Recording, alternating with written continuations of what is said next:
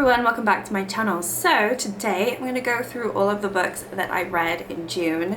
Some of them I read right at the end of May, but I didn't have it in my last recap, so we're going to group them all together. But there are quite a few books here which I'm quite pleased with. I did start off the year pretty poorly. I've had a lot of struggles with my reading slumps this year, but I think, I don't know, something just like snapped into place the last couple months, and I just feel like I've been able to just start a book, finish it, and then start a new book. And it's because I'm not trying to read like multiple books at the same time. I realize that is not for me. So let's get into all the books that I read and let's talk about them. Okay, so the first one here is Avocation or Evocation by S.T. Gibson. I did speak about this in a vlog. I really despise this book. It is just not very good. It's really poorly written, and I don't know if it's a reflection of all the other books by this author. From the sounds of it, from the comments, it isn't, but I have kind of been put off by reading anything else because I just felt like it was written by a, I don't want to be rude, but it was written by somebody who's still in school. You know, it just didn't seem to have any sophistication to the writing, any sophistication to the storytelling or anything like that. It kind of is supposed to be about the occult and about being possessed by a demon, but in reality the book is really about a throuple. It's about this couple who is married, male-female couple who are married, and then you kind of find out that the man is bisexual, so he used to have a relationship with the other guy in this book who are really friends, but like they're enemies, and now they hate each other, and you kind of start learning why. And then by the end of the book it's like, okay, well, let's just all be together. And it's just so bad. It's so bad, and I don't know. I mean, it's weird, right? I don't know. I got it in Fairy Loot. I wouldn't have picked it up otherwise, but I thought, you know what? I've heard about this author. Let me read it. And boy, was it terrible. I think I gave it a 1 or 2 star, and I think I was being generous. I probably gave it a 2 star and I was being generous. I don't think it's the worst book I've read this year because I was able to finish it. I did not DNF it, but I could have ultimately DNF'd it. I'm just trying not to DNF books if I can get away with it. So not the worst book, but also just not my vibe, and I just don't think it was written very well. Next up, I read The Forest Grimm. Oops, I have things falling out of here. This one is from Catherine Purdy. Gosh, it feels like so long ago that I read this. Okay, so basically, this has a lot of fairy tales in here, like twisted fairy tales from the Brothers Grimm, obviously.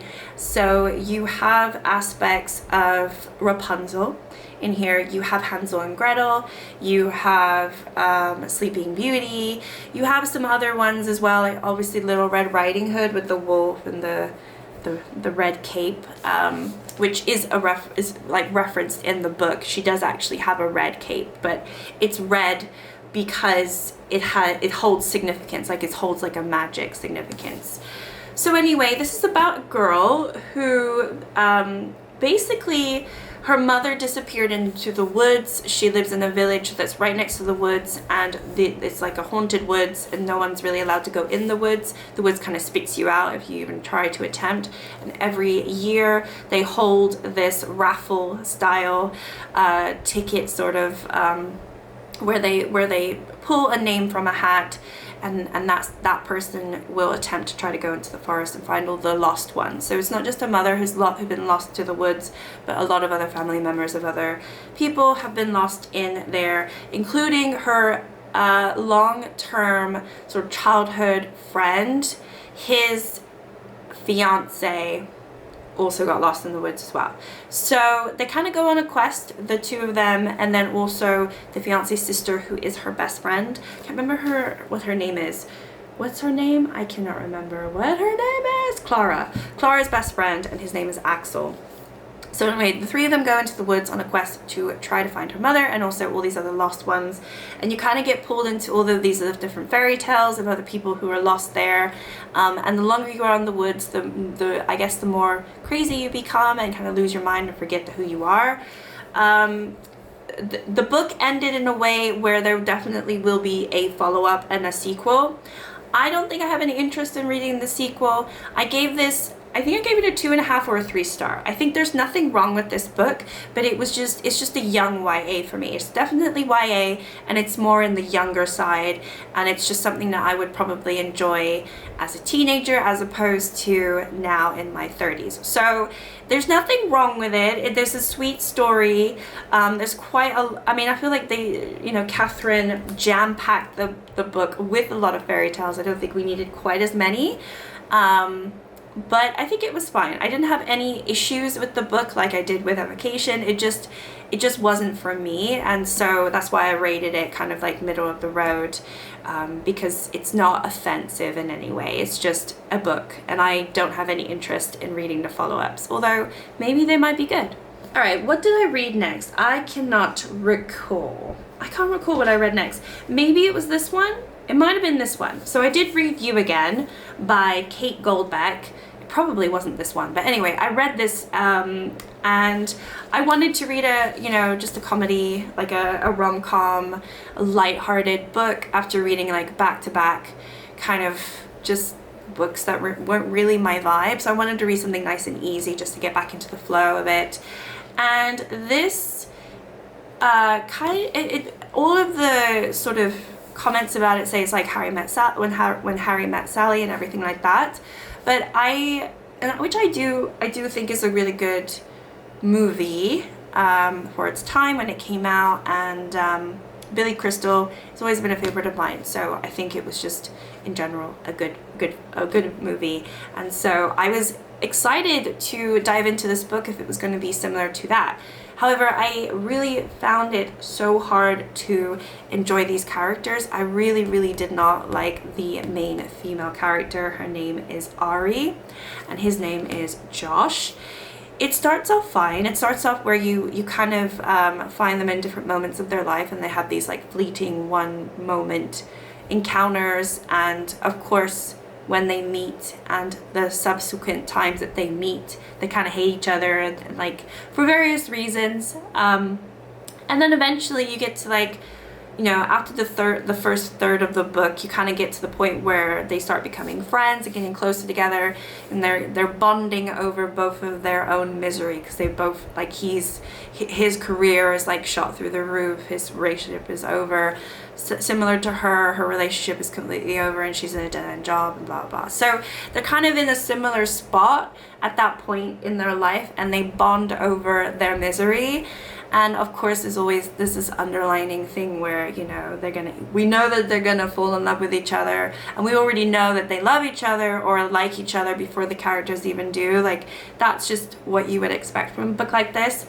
But I really just didn't like the characters. Ultimately, I couldn't get behind them. I did end up liking Josh.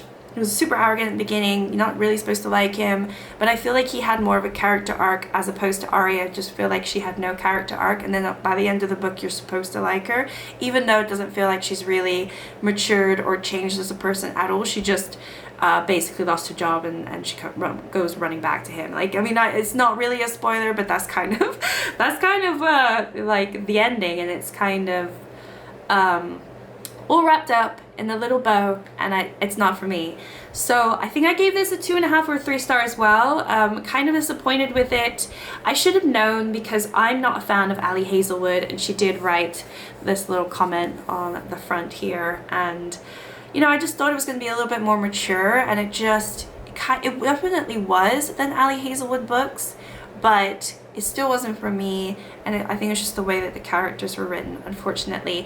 I don't feel like I'm against reading more from this author, because it was an easy read. It was a little bit long, I will say that. It's a bit long, but yeah, not for me, unfortunately, which is such a shame. Okay, so next up, we've got some interesting books. So we've got Starling House here by Alex E. Harrow. Now, I just filmed my mid-year freak out tag for the first time ever. If anyone wants to watch that and you haven't watched it, I think at this point I have like 20 views, which go me. But this, I want to say, is definitely one of my favorite books that I've read this year. I gave it a 5 star. Definitely a standout. for the way that it made me feel. And I think what happened with this book is, from the first page of me reading it, like starting it, I just knew with the language and the way it was written and the perspective, I knew I was going to love this book. It just spoke to me. And honestly, I feel like the less I tell you about the book, the better, because I went into this book pretty much blind. Like I felt like it was about a haunted house, and that's all I knew about it. And a lot of the books that I actually have been recently reading, I've been going into them more blind than not. I mean, other than maybe You Again, I kind of knew the gist of what was going to happen, but all these other books that I'm going to be talking about, including this one, really just went into it blind. And I think that's been helping with me, because I haven't had any expectations or preconceived notions of what is to come. So it's been really enjoyable. And I feel like with this book, it's more about how it makes you feel. Like, I felt so giddy reading it because I knew I was loving it. And it really, you know, when you read a good book, this might not be a good book for everybody. Like, I'm assuming it won't be. I think this is probably middle of the road for a lot of people, but for me, for whatever reason, it spoke to me. And it's really ultimately about a girl who, she has a brother, and they are orphaned. They've been orphaned for a while. There's this tragic history with their mother, and they've never really known their father. And, you know, she's down on her luck. She's struggling to, you know, make money, but she really wants a good future for her brother, who is still in high school, and she's like in her mid-20s or 20, like something around there. And, you know, she is, you know, she steals, she does whatever she can do to scrape by, but she's not a bad person. She's just, you know, scatty. Is it scatty or there's this word for it, but I can't think of it, what it is right now. Scrappy. And, you know, she's known about town, like, you know, everybody knows them. And so it's about her basically living in this town where there is this house that has kind of sits on a hill. It's pretty hidden. It's hard to see through the gate. You can only go up to the gate, and then you kind of like see the house. And it's, I wouldn't say it's been haunting her, but it's been like, she has been swayed to go to this house her whole life, and she walks by it pretty much every day. And there's just something about this house that speaks to her.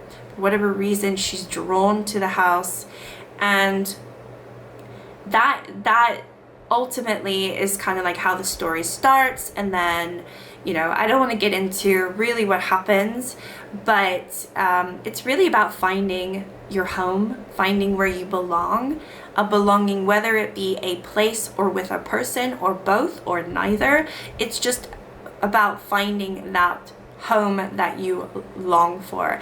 And really, she has been just longing for a home for herself and her brother, because they basically live in a motel, and they've been living in a motel for ages. So they, you know, it starts off basically saying, I don't have a home, you know?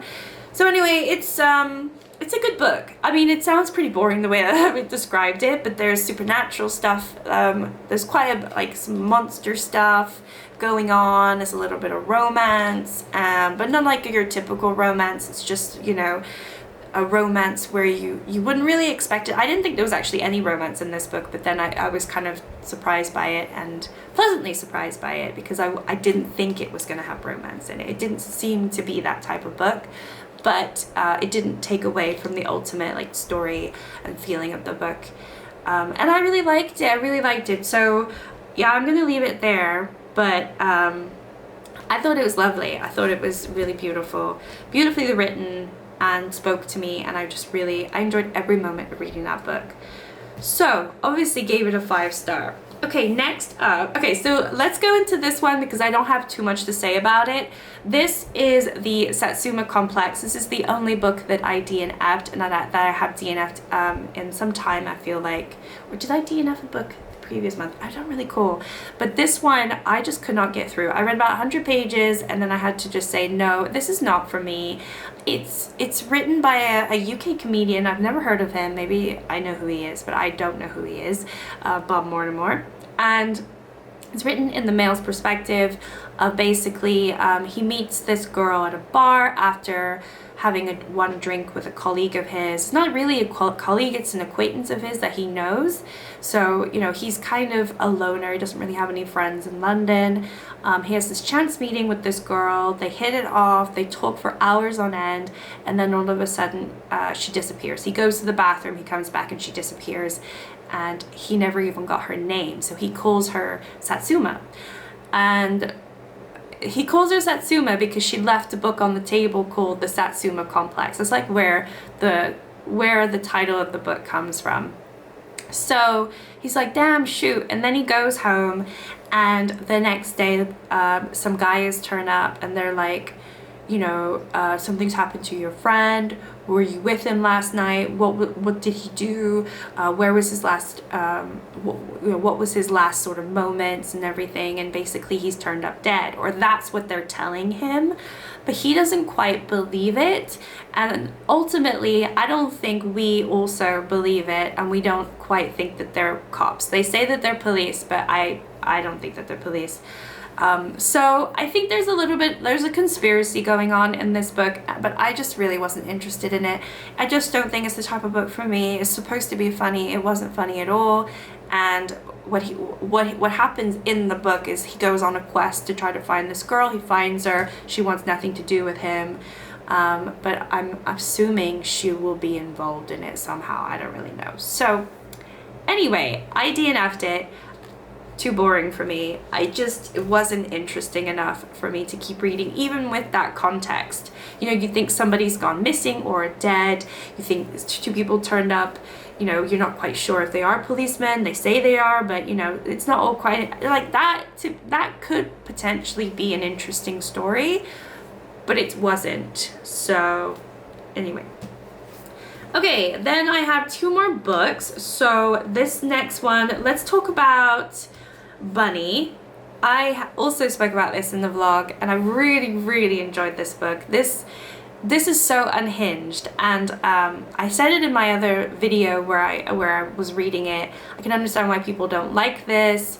I felt like I was gonna give it a 3-star when I was reading it, at least the first half of it, because I was like, this is quite ridiculous, and okay, this is kind of silly, and I was getting really annoyed with the bunny stuff, which if you know, you know. If you don't, you have no idea what I'm talking about. But it's basically about a girl who is at a college, kind of an art college, very arty, and she wants to be a writer, so she's in a writing sort of class with these other girls who she calls bunnies, but they call each other bunny.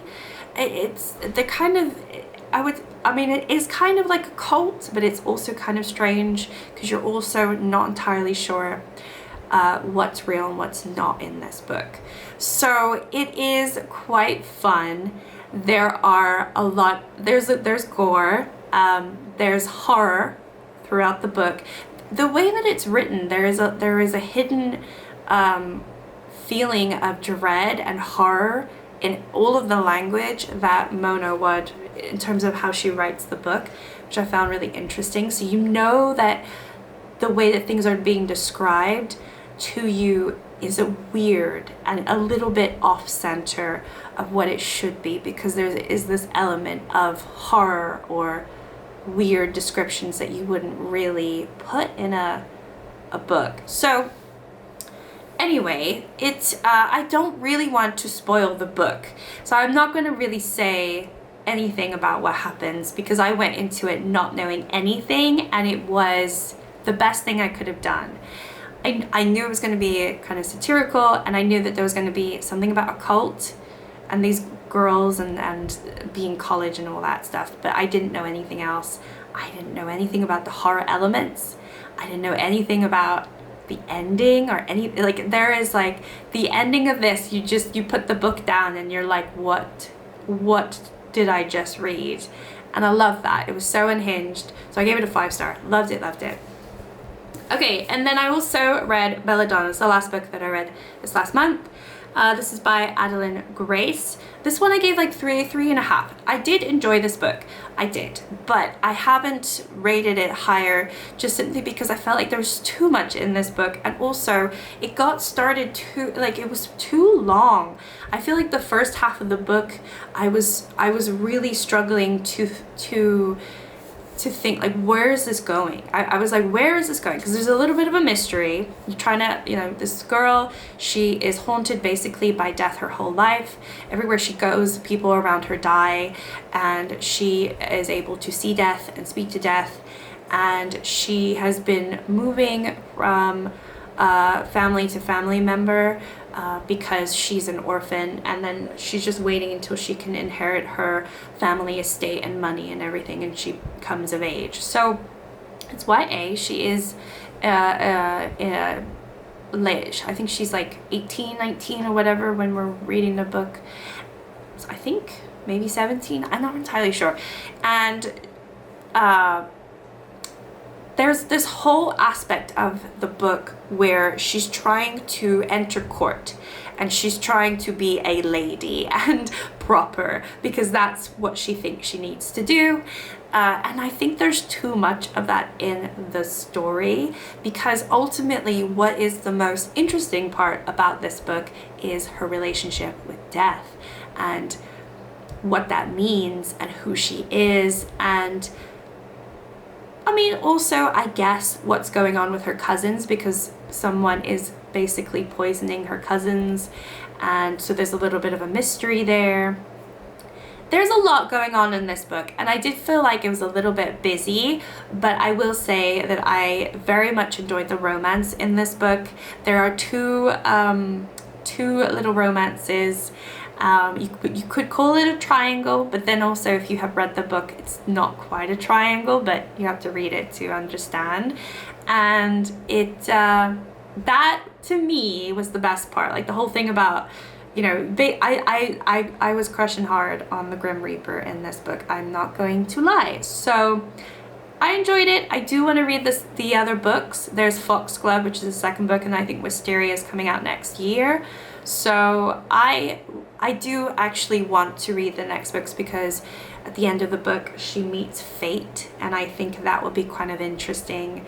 It's just you have to read it. It's just a weird little cute quirky book, and wasn't perfect, but it was good enough for me to be like, I kind of want to read what's gonna happen. So yeah, that got me. All right, that is everything. That's everything that I've been reading.